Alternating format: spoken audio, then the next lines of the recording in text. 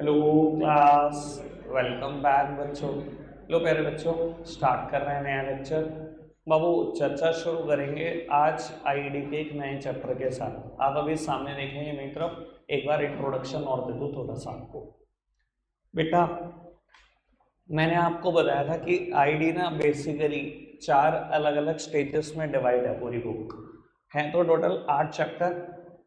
पहले 10 हुआ करते थे, सीबीएसई में 2 हटा दिए। वो तो खैर आपकी सहूलियत का ही काम किया। सबसे पहले तो हमने ये पढ़ा Indian economy on the eve of independence, कि इंडिपेंडेंस के दिन इंडियन इकोनॉमी कैसे दिख रही थी। Agriculture sector, industrial sector, occupational structure, foreign trade, हमारा डेमोग्राफिक प्रोफाइल, सब कुछ देखा हमने। हर चीज को इकोनॉमिक एंगल दिया। बाबू अब हमारी जो अगली चर्चा ये है ना बाबू, वो 1950 से लेकर 1990 तक है, जबकि मैं चैप्टर अभी शुरू नहीं कर रहा। चैप्टर का नाम ही यही है, इंडियन इकोनॉमी 1950 टू 1990। कुछ लोग इसको 5 ईयर प्लान भी लिखते हैं, क्योंकि हमारे 5 ईयर प्लान भी स्टार्ट हुए थे बाबू इन्हीं दौरान। ठीक है बाबू।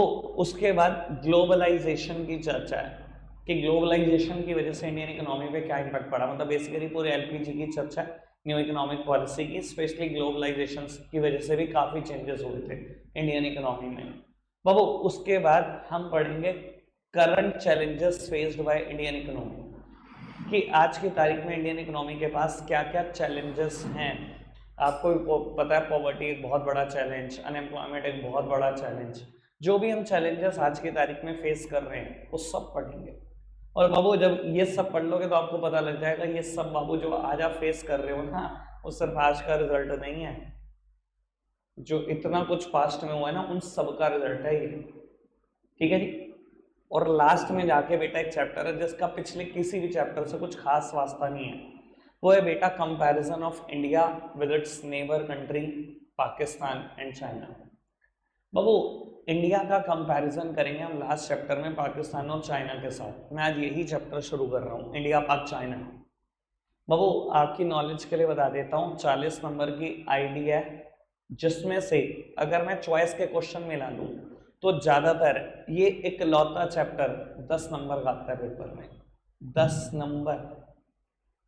और अगर बात करूं इंडिया व चाइना की तो ये भी 10 नंबर, अगर मैं चॉइस के क्वेश्चन भी मिला दूं तो। मुझे लगता है यार पूरी बुक 40 नंबर की होना और 2 चैप्टर 20 नंबर का होना कोई घाटे का सौदा तो नहीं है। अगर पूरी जान लगाकर इसका page bye page, word by word भी रट दो तो कोई घाटा नहीं होगा, कभी रेगरेट नहीं करोगे जिंदगी में। और बाबू बीच के 4 चैप्टर और हैं, ये मिलाकर 10 नंबर के आते हैं। और ये लगभग 5-7 नंबर का, ये लगभग 5-7 नंबर का अगर मैं चॉइस में मिला दूं तो। अब आपकी विषय बेटा कितने अच्छे से करना है। मतलब अगर आप मेरे एफर्ट देखोगे ना, मैं इस चैप्टर में और इस चैप्टर में बहुत अलग लेवल पे चलता हूँ। मतलब मुझे लगता है पूरी जान लगा दो भाई, बच्चे को वर्ड बाय वर्ड रटवा दो। 20 नंबर 2 चैप्टर में। मैक्रो में तो मुझे पता है 40 वक्त 40 ठोकने वाले बहुत बैठे हैं यहाँ, तो परवाह भी नहीं करेंगे मैक्रो के, पर ये पढ़ा। ठीक है जी, मेन परवाह आईडी की करना बस। ठीक है। कल वाला जो टेस्ट था उसका लास्ट क्वेश्चन था पहला रेलवे ब्रिज। एनसीईआरटी उठाकर देखोगे तो ऑक्यूपेशनल स्ट्रक्चर के आसपास एक इमेज बनी हुई है। 1854 में बॉम्बे टू थाने पहला रेलवे ब्रिज बना था।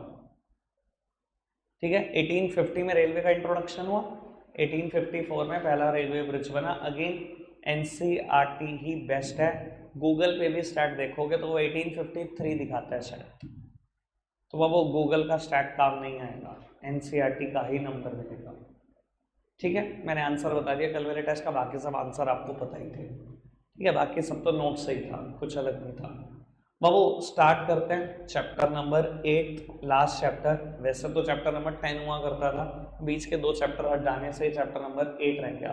चैप्टर का नाम है development experiences of India, a comparison with neighbours.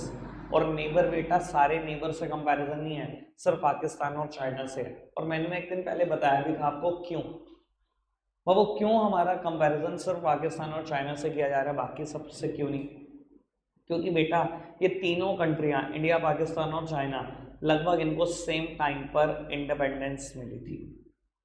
Pakistan हमारे से एक दिन पहले 14 अगस्त 1947, इंडिया 15 अगस्त 1947, और बेटा चाइना को 1949, हमसे 2 साल बाद इंडिपेंडेंस मिली, तब भी बेटा उसका ग्रोथ ट्रैक हमसे काफी अच्छा है। समझ में आया? कंपैरिजन सर पाकिस्तान चाइना के साथ क्यों है, भूटान अफगानिस्तान के साथ क्यों नहीं है? क्योंकि बेटा हमने डेवलपमेंट लगभग तीनों कंट्री ने सेम स्टेज पर स्टार्ट की है, सेम लेवल पर स्टार्ट की है। ठीक है पुत्र, चलो जी विदाउट अ फर्दर डिले पढ़ना शुरू करते हैं चैप्टर।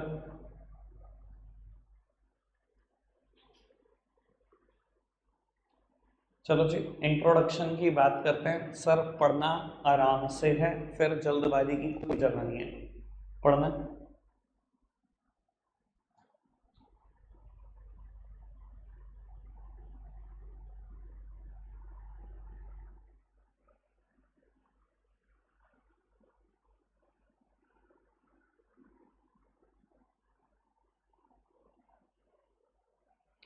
अब वो ऊपर की बात सारी बात छोड़ भी दोगे तो कोई फर्क नहीं पड़ता, बस वो ये बता रहा है प्रीवियस यूनिट में हमने क्या स्टडी कर लिया, हमने क्या क्या इकोनॉमिक पॉलिसी में चेंजेस कर दिया। प्रीवियस यूनिट कुछ और नहीं बेटा, इंडिया की करंट सिचुएशन है और ग्लोबलाइजेशन है, यहाँ से पढ़ो।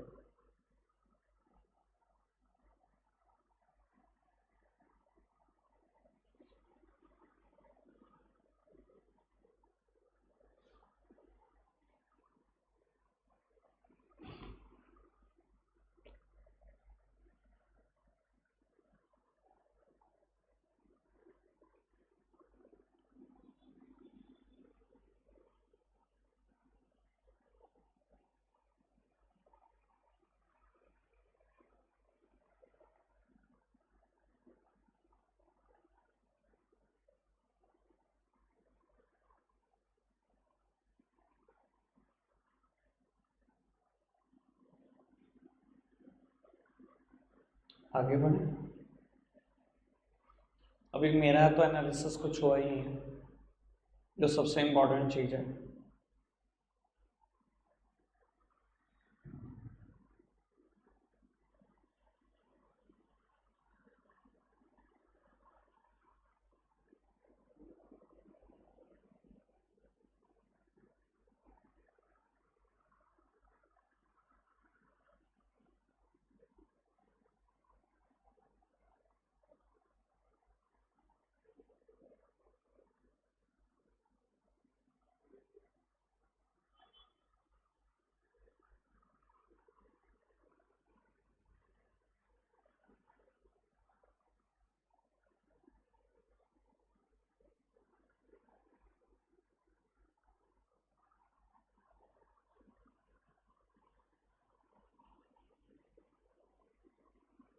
अब मेरी एक बात सुनो, जो सबसे काम की बात इस पूरे के पूरे इंट्रोडक्शन में आई, ये तो चलो बात की बातें हैं कि चाइना और पाकिस्तान के साथ कंपैरिजन होगा होगा, अभी तो मैंने चैप्टर शुरू ही नहीं करा ना, मैं इंडिया पाक चाइना के आज शायद और कोई बात करने वाला हूँ।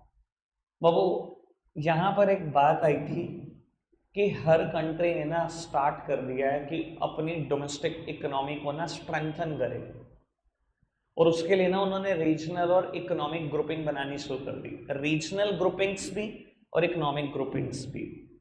ठीक है जी बाबू, रीजनल ग्रुपिंग मतलब अपने आसपास के रीजन के लोगों के साथ कहीं ना कहीं कुछ मुद्दों पे कोलैबोरेशन कर लिया, कुछ कंट्रीज के साथ कोलैबोरेशन कर लिया।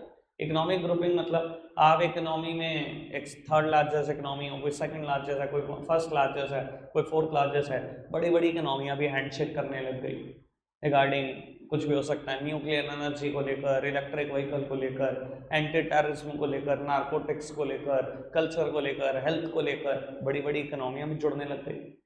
तो बाबू बड़ी बड़ी ग्रुपिंग्स बननी शुरू हो गई, मतलब दुनिया का कल्चर दिखाई देना लग गया। ये कुछ रीजनल ग्रुपिंग बन रही है कि हम आसपास के रीजन वाले हम मिलकर ग्रुपिंग बना लेते हैं, कुछ बड़ी बड़ी इकोनॉमीज मिलने लग गई, इकोनॉमिक ग्रुपिंग बनने लग गई। तो बाबू इन्होंने ना कुछ नाम दिए रीजनल और इकोनॉमिक ग्रुपिंग के। देखो एनसीईआरटी तो इतना लिखकर बस कर देती है, आपको पता है हम बस नहीं कर सकते।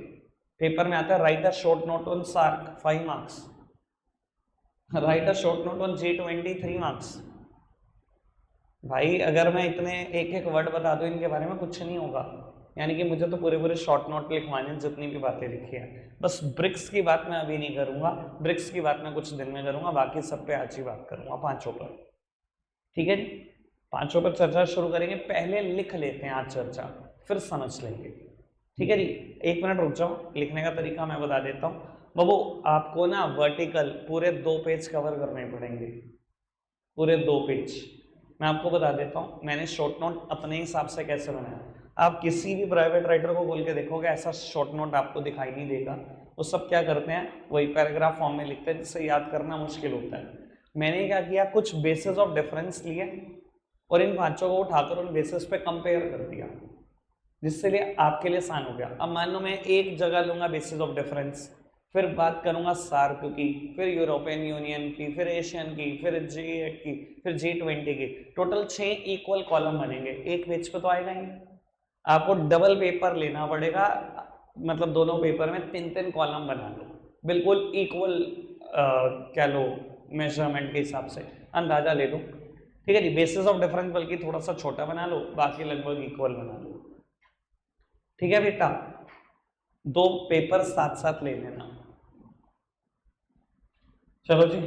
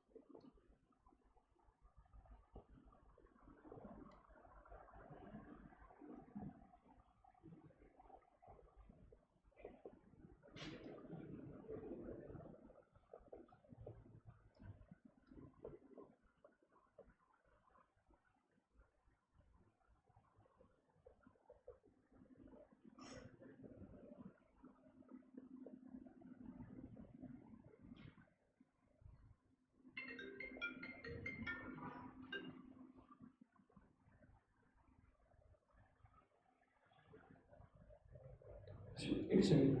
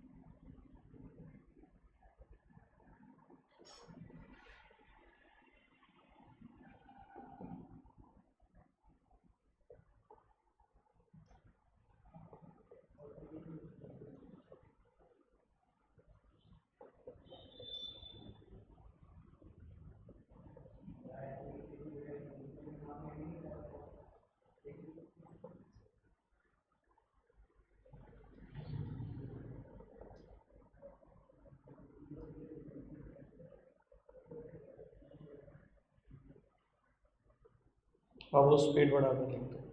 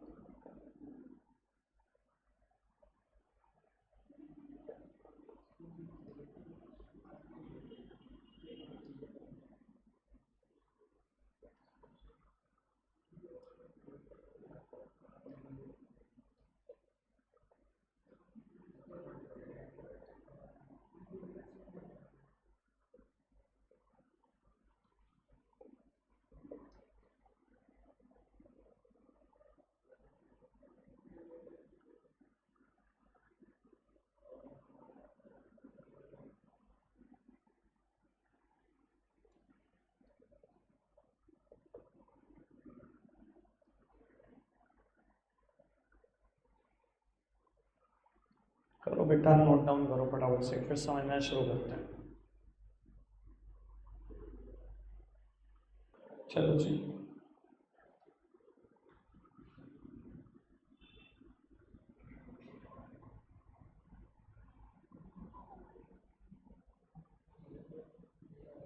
बाबू अब एक एक करके समझना शुरू करते हैं। आप मेरी तरफ देखो, अगर कुछ लिखने वाला पोर्शन रह गया भी 5 मिनट में समय दे रहा हूँ, 5 मिनट ही लगेंगे सब सारा समझ। बेटा मेरी तरफ देखना है सब। सबसे पहले सार्क, और अगर मैं बात करूँ ईयू की मतलब यूरोपियन यूनियन की, और बेटा मैं बात करूँ एशियन की, ये सब रीजनल ग्रुपिंग्स हैं बेटा, इकोनॉमिक ग्रुपिंग नहीं है। G8 और G20 दोनों इकोनॉमिक ग्रुपिंग्स हैं। वो फुल फॉर्म है south Asian association of regional cooperation.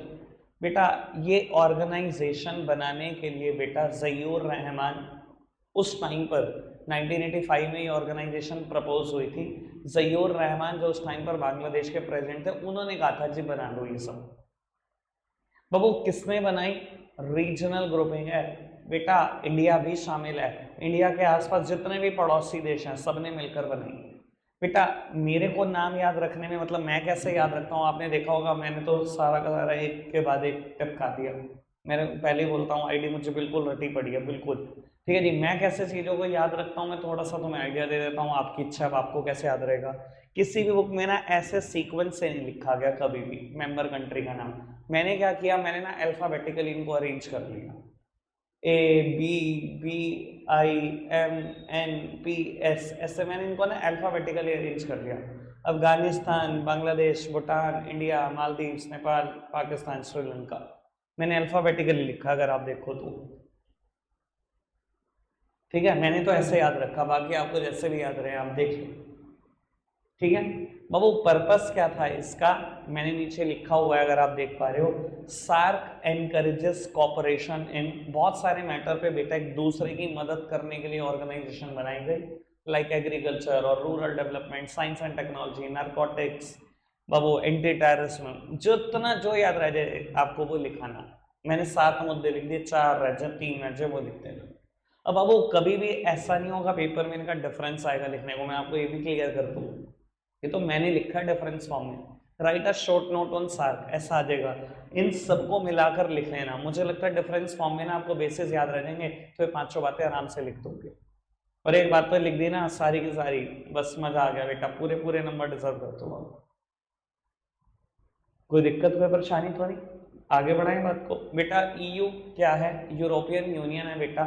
बाबू 1 नवंबर 1993 को बनी थी ये बेटा, सारी यूरोपियन कंट्रीज को मिलाकर बनी है। मैं आपकी नॉलेज के लिए कुछ बातें बता देता हूँ सर, मैंने इनकी मेंबर कंट्री के नाम भी लिखे, मुझे पता है याद भी नहीं रह सकते, 27 हैं, लिख के क्या करें, जितना याद रह सकता उतना ही तो कराऊंगा ना, हर एक चीज के चक्कर में पढ़ूंगा कुछ भी याद नहीं रहेगा, इसलिए मैंने छोड़ दिया। ठीक है सर, है क्या मुद्दा, मैं आपको बता देता हूँ बेटा। कभी आपने सुना है किसी को, कोई बेटा घूमने जा रहा है यूरोप, सुना है, आसपास पक्का सुना होगा आपने, और उसके मुंह से ये भी सुना होगा कि एक ही कंट्री का वीजा लगवाना पड़ता है, बाकी सारे देश फ्री में घूमो। ये भी पता है आपको, 27 में से किसी भी एक देश का वीजा लग जाए, एक देश का, ठीक है ना। ट्रैवल एजेंट बड़े उस्ताद होते हैं, वो वीजा ही उस देश का अप्लाई करते हैं जिसका आसानी से मिल जाता है। एक का वीजा अप्लाई हो जाए, एक का ओके हो जाए, तो बाबू अब 27 के 27 देश बेटा लैंड रूट से मिलते हैं, एक के बाद एक पार करते रहो, कोई पासपोर्ट की रिक्वायरमेंट नहीं है, कोई कस्टम कंट्रोल नहीं, कुछ नहीं, एक के बाद एक कंट्री पार करते रहोगे, घुमाओगे। और आपको बता देता हूँ बेटा, यूरोपियन कंट्रीज की एक बड़ी फेमस खासियत है, शायद आप सब अवेयर हो इस चीज से, 27 के 27 यूरोपियन कंट्री में एक ही करेंसी चलती है, नोन एज यूरो। समझ में इसका पर्पस क्या था, कि ये 27 देश एक लगने चाहिए, कॉमन मार्केट दिखनी चाहिए, कॉमन करेंसी यूज होगी, एबोलिश कर रहे हैं कस्टम कंट्रोल, एबोलिश कर रहे हैं पासपोर्ट रिक्वायरमेंट, कुछ नहीं चाहिए। कोई दिक्कत कोई परेशानी तो नहीं, ये था बस ईयू के बारे में सारा का सारा डिस्कशन। आगे बढ़ो बेटा, Asian association of south east Asian nation, full form है इसकी बेटा, 8 अगस्त 1967 को बनी थी, ये भी एक रीजनल ग्रुपिंग है, क्यों बनी थी बेटा ये भी समझ लो, और मेंबर कंट्रीज क्या है ये भी समझ लो। बाबू सबसे पहले मैं मेंबर कंट्री की बात कर दूं, मैंने इसको कैसे याद रखा हुआ है वैसे ही आप याद रख लेना। बाबू ये सारे सस्ते देश हैं जहां इंडियंस घूमने जाते हैं। अब इंडियंस को कह दो ना कोई और कोई फॉरेन कंट्री बताओ जहां घूमने जाओगे, 5 का नाम आएगा, बस यहाँ 5वीं चेंज है, सिंगापुर, मलेशिया, थाईलैंड, इंडोनेशिया, बाली, बाली का नाम आपने सुना ही होगा, थाईलैंड और फिलीपींस। अगर इंडियन की बात करो तो फिलीपींस की जगह दुबई होता है। सबसे ज्यादा इंडियन अगर फॉरेन कंट्री घूमे होंगे तो यही 5 देश घूमे होंगे, आप किसी को उठा के देख लेना, गलत बोल रहा हूं मैंने ऐसे ही नाम याद रखे हुए इनके, मैंने एक ही बार ऐसा लॉजिक बनाया था, 2 बार। मैं अपने आप को इतने वियर्डेस्ट लॉजिक देता हूँ ना याद करने के लिए कि मैं कभी भूलता नहीं हूँ चीजों को, सबसे गंदे लॉजिक से याद करो चीजें, कभी नहीं भूलोगे। ठीक है जी, सिंगापुर, मलेशिया, थाईलैंड, इंडोनेशिया और फिलीपींस, ये इनकी मेंबर कंट्री है। सर बनाने का पर्पस क्या है बेटा, इन कंट्रीज ने ना अपना बॉर्डर प्रोटेक्ट करने के लिए बनाया। बॉर्डर क्यों प्रोटेक्ट करना चाहते थे ये, ऐसा क्या हो गया कि ये बॉर्डर प्रोटेक्ट करना चाहते हैं बेटा, वियतनाम में ना एक पर्टिकुलर कम्युनिटी, एक पर्टिकुलर रिलीजन हद से ज़्यादा बढ़ रहा था।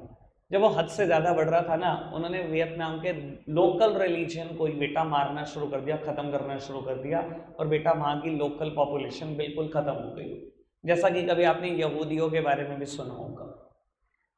ठीक है ना, वो इसी वजह से इन कंट्रीज को डर लगने लगा, ये वियतनाम की बेटा पड़ोसी देश है, इनको डर लगने लगा सेम चीज हमारी कंट्री में ना हो जाए, तो बाबू इन्होंने क्या करा, रीजनल ग्रुपिंग बना दी कि हम एक दूसरी कंट्री का सपोर्ट करेंगे अगर कोई भी ऐसा हमारे देश में करने लगता है तो तो बाबू यही था technical language, solidarity against communist expansion in Vietnam on insurgencies with in their border. Insurgencies with in their border का मतलब अपने बॉर्डर का प्रोटेक्शन करना, ठीक है जी। और बाबू सॉलिडारिटी मतलब किसी भी चीज के अगेंस्ट खड़े हो जाना। वो चीज क्या थी बेटा? Communist expansion in Vietnam. Vietnam में एक पर्टिकुलर रिलीजन हद से ज्यादा बढ़ रहा था, उसके खिलाफ खड़े होने के लिए बेटा ये ग्रुपिंग बनाएंगे। प्रकाश भाई स्क्रीन पोस्ट करना, आगे बढ़ जाए बेटा। बाबू उसके बाद G8 सबसे आसान मुद्दा होगा शायद ये। G8 क्या है बेटा? Group of 8 countries. तो जी का मतलब और कुछ नहीं है, ग्रुप ऑफ 8 कंट्रीज। बाबू इसका ना तो ये पता किसने प्रपोज किया था, ना ही ये पता बेटा कि किस ईयर में प्रपोज किया था।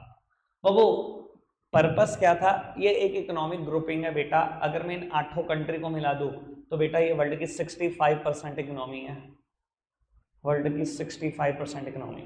यानी कि जितना पैसा पूरा वर्ल्ड प्रोड्यूस करता है उसका 65% पैसा के लिए 8 देश प्रोड्यूस करते हैं, जबकि 200 के अप्रॉक्स देश हैं। अब ये 8 देशों के नाम मैंने कैसे याद रखे मैं बता देता हूँ। ए और बी छोड़ो, सी फॉर कनाडा, डी और ई छोड़ो, एफ फॉर फ्रांस। बेटा एफ के बाद सीधा जी है, जर्मनी। एफ और जी साथ साथ है।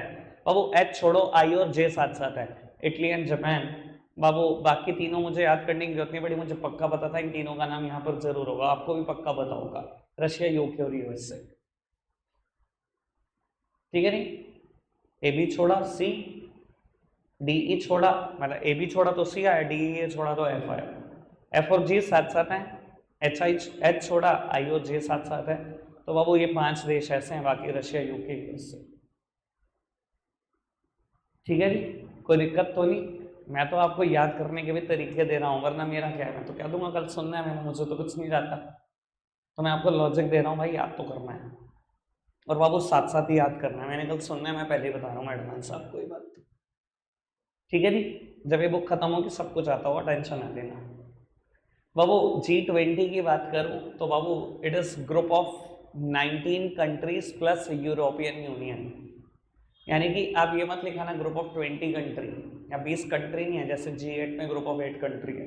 यहाँ 19 कंट्री है और एक कंट्री की जगह ली हुई है पूरे यूरोपियन यूनियन में, और उसमें खुद में 27 कंट्री है। समझ आ रही है बात?